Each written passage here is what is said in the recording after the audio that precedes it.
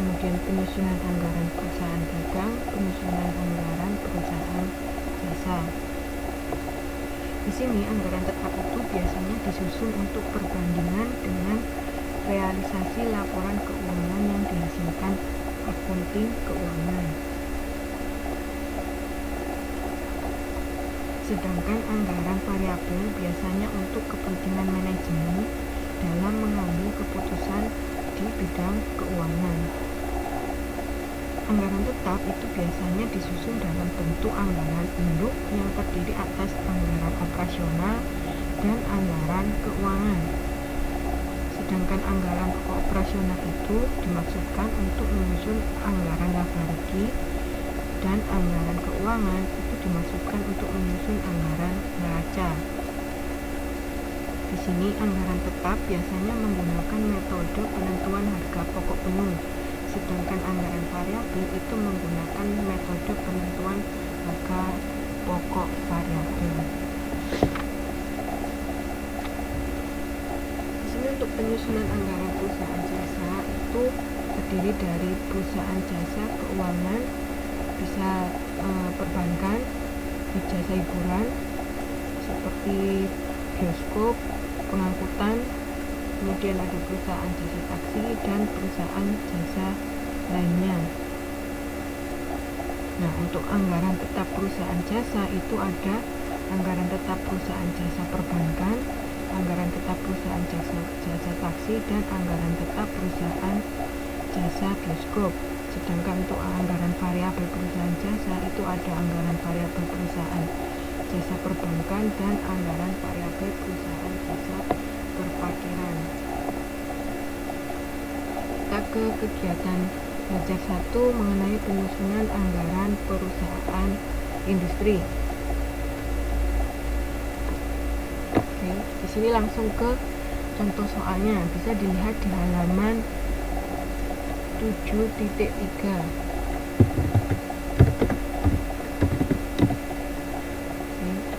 Di sini ilustrasinya kita menggunakan PT IMA pada tahun 2019 yang ingin menyusun anggaran yang dibuat dalam 1 tahun dengan data sebagai berikut. Rencana jualannya, ya ada 2 daerah yang dipakai, yaitu daerah A dan daerah B, dengan 2 produk, yaitu produk X dan produk Y. Kemudian ada data tentang anggaran sediaan produk jadi, yaitu sediaan awal 70.000 untuk produk X, 50.000 untuk produk Y, sedangkan sediaan akhir untuk produk X itu 80.000 dan produk X itu adalah 60.000. Di mana harga pokok sediaan produk jadi awalnya itu sebesar 441.700 untuk produk X dan 527.000 untuk produk Y.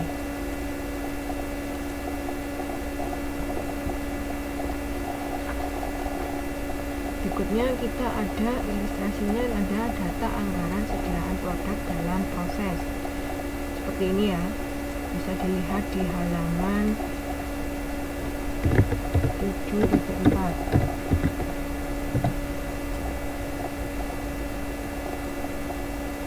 Ilustrasi berikutnya ini ada biaya konversi itu terdiri dari BOP dan BTKL, di mana perhitungan unit ekuivalennya itu menggunakan metode FIFO, first in first out. Harga pokok sediaan produk dalam proses awal ini ada BB-nya, biaya bahan baku sebesar Rp15.030, biaya tenaga kerja langsungnya Rp9.720, biaya overhead pabriknya sebesar Rp6.984. Kemudian untuk yang Y juga sama, ada biaya bahan baku, biaya tenaga kerja langsung, dan biaya overhead pabrik.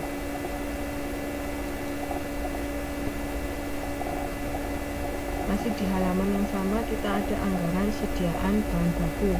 Di sini ada 3 jenis bahan baku yang digunakan, yaitu A, B, dan C. Sedangkan untuk bahan baku awal dan bahan baku akhir bisa dilihat di tabel berikut. Kemudian ada harga pokok sediaan bahan baku awal, itu ada di halaman 75.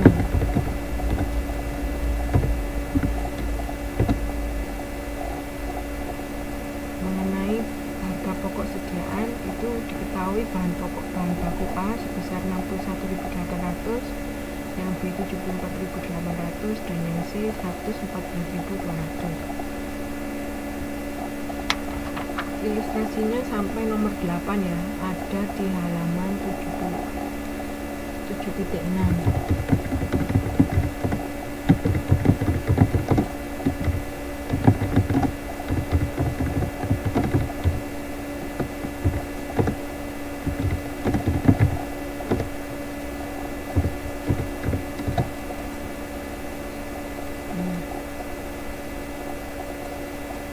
Standar bahan baku, setiap unit produk itu memerlukan bahan baku A sebesar 0,9 unit dan bahan baku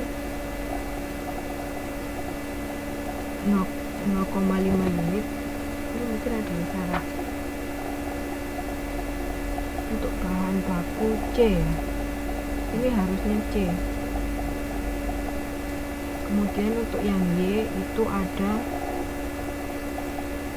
memerlukan bahan baku A 0,5 unit, bahan baku B 0,8 unit, dan bahan baku C 1 unit.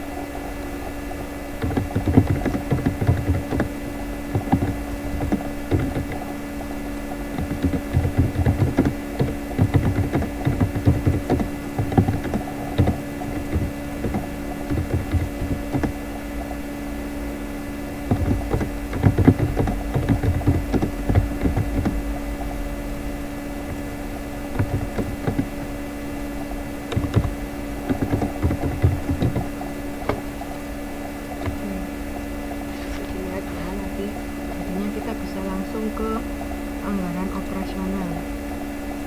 Ini untuk ilustrasi 5 sampai 8. Nah, pertanyaannya di sini, seandainya pajak hasilan itu 10%, berapakah laba bersih setelah pajak yang dianggarkan tahun 2019?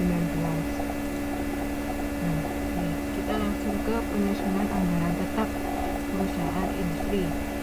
Yang pertama, kita membuat anggaran jualan. Ini ada 4 kolom: jenis produk dan daerah jualan, kuantitas, harga jual per unit, serta jualan. Untuk produk X dari daerah A itu sebesar 208.000 unit.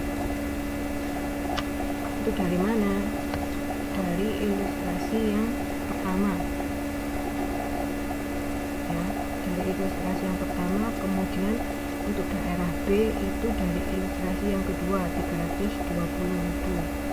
Kemudian untuk yang jumlah produk X itu 528.000. Ini di 208.000 ditambah 320.000, yaitu hasilnya 528.000. Untuk produk Y itu untuk daerah A itu sebesar 111.600.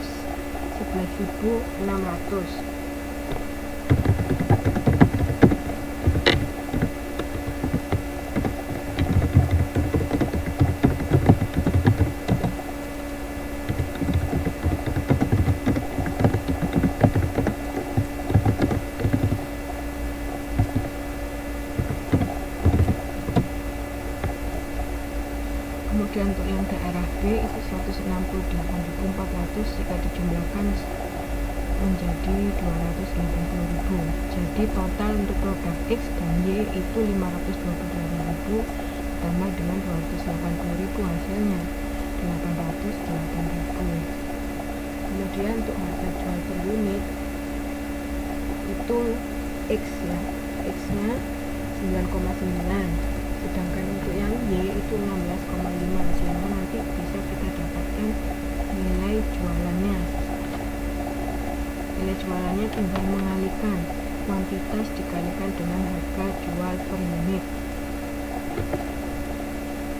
Selamat malam Mbak Rita. Maaf, maksud saya Mbak Ari.